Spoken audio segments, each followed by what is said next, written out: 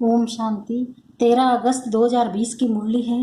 बाबा ने कहा, मीठे बच्चे, तुम्हें कौन पढ़ाने आया है? विचार करो तो खुशी में रोमांच खड़े हो जाएंगे। ऊंचे ते ऊंचा बाप पढ़ाते हैं, ऐसी पढ़ाई कभी छोड़नी नहीं है। प्रश्न है, अभी तुम बच्चों को कौन सा निश्चय हुआ है? निश्चय बुद्धि की निशानी क्या होगी? उत्तर है, तुम्हें निश्चय हुआ है हम अभी ऐसी पढ़ाई पढ़ रहे हैं जिससे डबल सिर ताज राजाओं का राजा बनेंगे। स्वयं भगवान पढ़ाकर हमें विश्व का मालिक बना रहे हैं। अभी हम उनके बच्चे बने हैं तो फिर इस पढ़ाई में लग जाना चाहिए।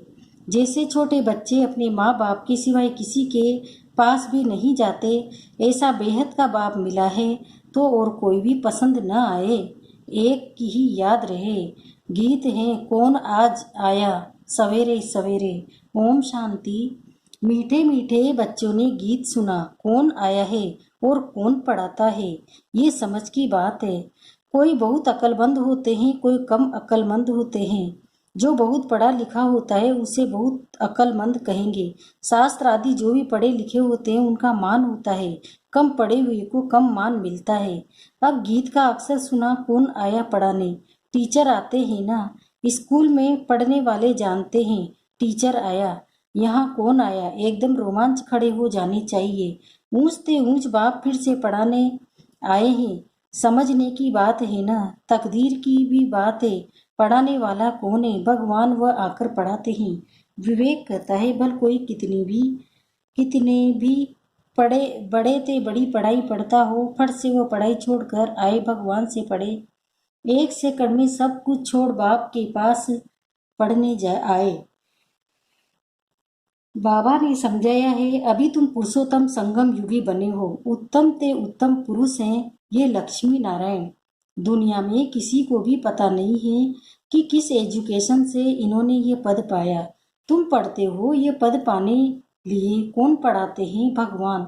तो और सब पढ़ाइयाँ छोड़ इस पढ़ाई में लग जाना चाहिए, क्योंकि बाप आते ही हैं कल्प के बाद। बाप कहते हैं, मैं हर 5000 वर्ष के बाद आता हूँ सम्मुख पढ़ाने। वंडर है ना, कहते भी है भगवान हमको पढ़ाते हैं ये पद प्राप्त कराने, फिर भी पढ़ते नहीं तो बाप कहेंगे ना ये सयाना नहीं है। बाप की पढ़ाई पर पूरा ध्यान नहीं देते हैं, बाप को भूल जाते हैं। तुम कहते हो कि बाबा हम भूल जाते हैं, टीचर को भी भूल जाते हैं, ये है माया के तूफान। परंतु पढ़ाई तो पढ़नी चाहिए ना। विवेक कहता है, भगवान पढ़ाते हैं तो उस पढ़ाई में एकदम लग जाना चाहिए। छोटे बच्चों को ही पढ़ना होता है।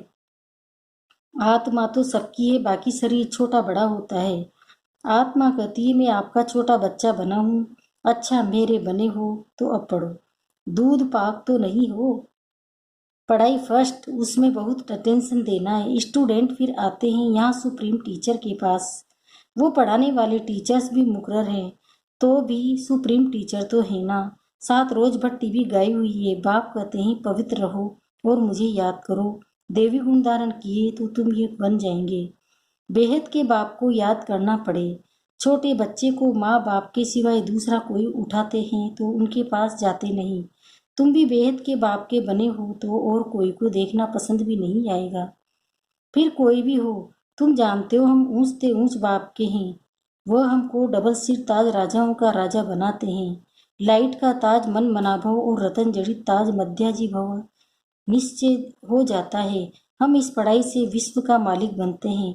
5000 वर्ष बाद हिस्ट्री रिपीट होती है ना, तुमको राजाई मिलती है, बाकी सब आत्माएं शांति धाम अपने घर चली जाती हैं। अभी तुम बच्चों को मालूम पड़ा है, असूल में हम आत्माएं बाप के साथ अपने घर में रहती है। बाप का बनने से अभी तुम स्वर्ग के मालिक बनते हो, फिर बाप को भूल आफरन बन पड़ते हो।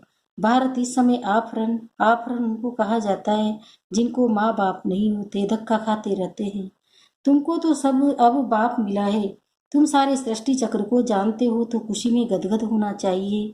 हम बेहद के बाप के बच्चे हैं। परम पिता परमात्मा प्रजापिता ब्रह्मा द्वारा नई सृष्टि ब्राह्मणों की रचते हैं।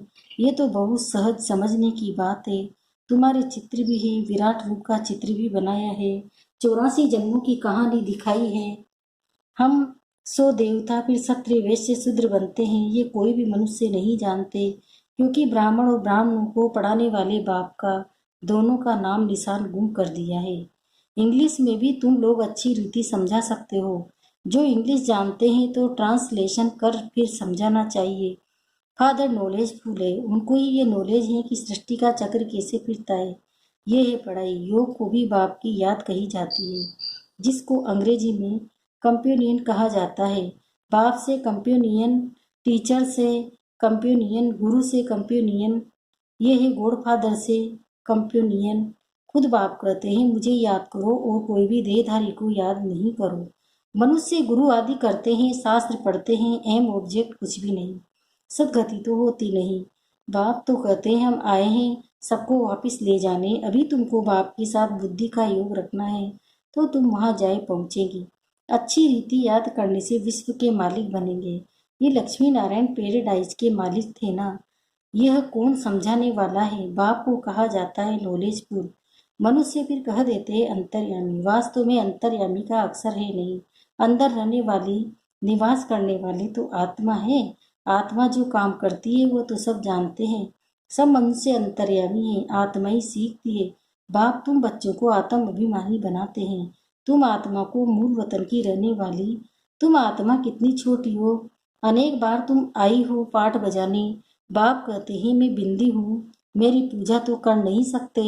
क्यों करेंगे, दरकार ही नहीं। मैं तुम आत्माओं को पढ़ाने आता हूँ, तुमको ही राजा ही देता हूँ।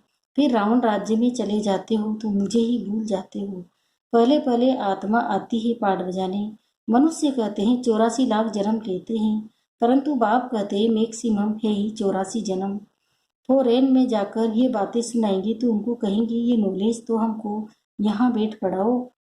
तुमको वहाँ 1000 रुपया मिलते हैं, हम आपको 10-20 हजार रुपया देंगे। हमको भी नॉलेज सुनाओ। गॉड फादर हम आत्माओं को पढ़ाते हैं। आत्मा ही जज आदि बनती है। बाकी मनुष्य तो सबे दे अभिमानी, कोई को भी ज्ञान नहीं है। बल बड़े बड़े फिलोसाफर आदि बहुत है, परंतु ये नॉलेज किसी को भी नहीं है। गॉड फादर निराकार पढ़ाने आते हैं, हम उनसे पढ़ते हैं। ये बातें सुनकर चिढ़ा तो जाएंगे। ये बातें तो कभी सुनी पड़ी नहीं। एक बाप को ही कहते हैं लिबरेटर गाइड, जबकि वही लिबरेटर हैं। तो फिर क्राइस्ट को क्यों याद करते हैं? ये बातें अच्छी रीति समझाओ तो चिढ़त हो जाएंगे। कहेंगे हम सुने तो सही, पैराडाइज की स्थापना हो रही है, उसके लिए ये महाभारत लड़ाई भी है। बाप कहते हैं मैं तुमको राजाओं का राजा, डबल सिर ताज बनाता हूँ। प्योरिटी, पीस, प्रोस्पर्टी सब थी। विचार करो कितने वर्ष हुए, क्राइस्ट से 3000 वर्ष पहले इन्हों का राज्य था ना। कहेंगे ये तो स्पिरिचुअल नॉलेज है, ये तो डायरेक्ट उस सुप्रीम फादर का बच्चा है, उनसे राजयोग सीख रहा है। वर्ल्ड की हिस्ट्री, ज्योग्राफी कैसे रिपीट होती है, ये सारी नॉलेज है। हमारी आत्मा में 84 जन्मों का पाठ भरा हुआ है। इस योग की ताकत से आत्मा सतो प्रधान बन गोल्डन एज में चली जाएगी। फिर उसके लिए राज्य चाहिए, पुरानी दुनिया का विनाश भी चाहिए। सो सामने खड़ा है, फिर एक धर्म का राज्य होगा। यह पाप आत्माओं की दुनिया है ना। अभी तुम पावन बन रहे हो, बोलो इस याद के बल से हम पवित्र बनते हैं और सबका विनाश हो जाएगा।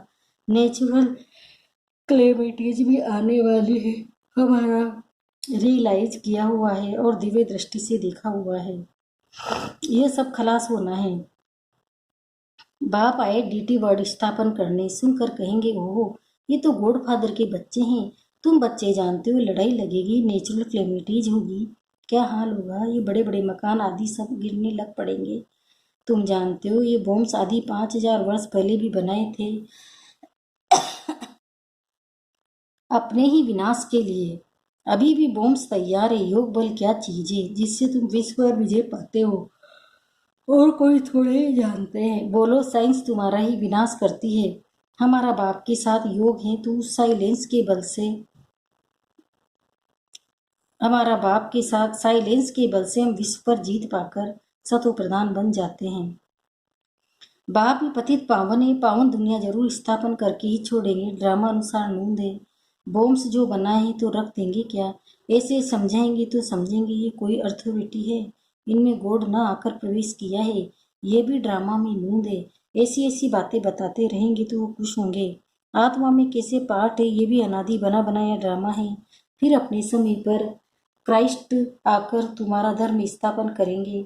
ऐसी अथॉरिटी से बोलेंगे तो वो समझेंगे। बाप सब बच्चों को बैठ समझाते हैं।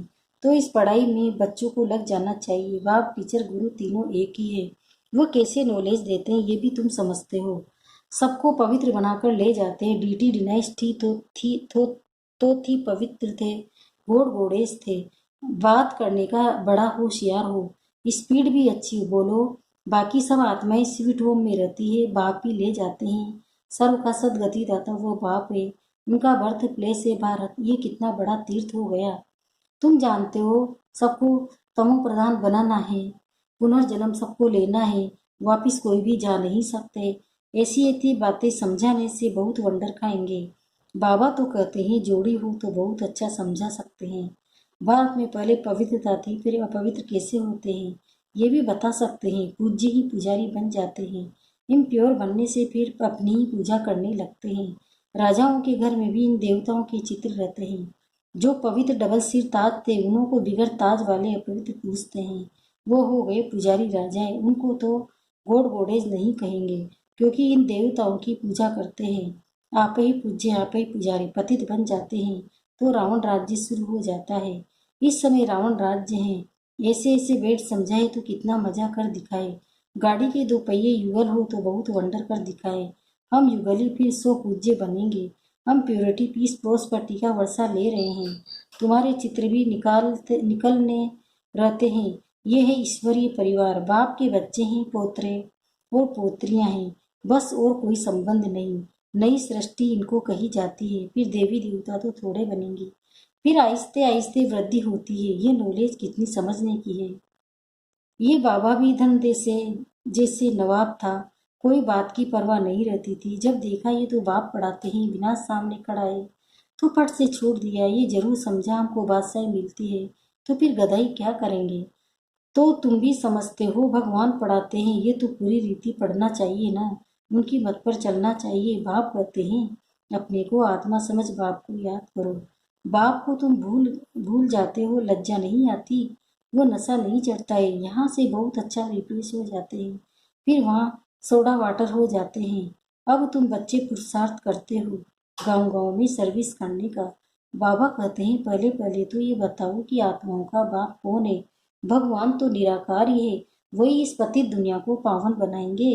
अच्छा, मीठे मीठे से खिलते बच्चों प्रति माता पिता बाप दादा का याद प्यार और गुड मॉर्निंग। रूहानी बाप की रूहानी बच्चों को नमस्ते।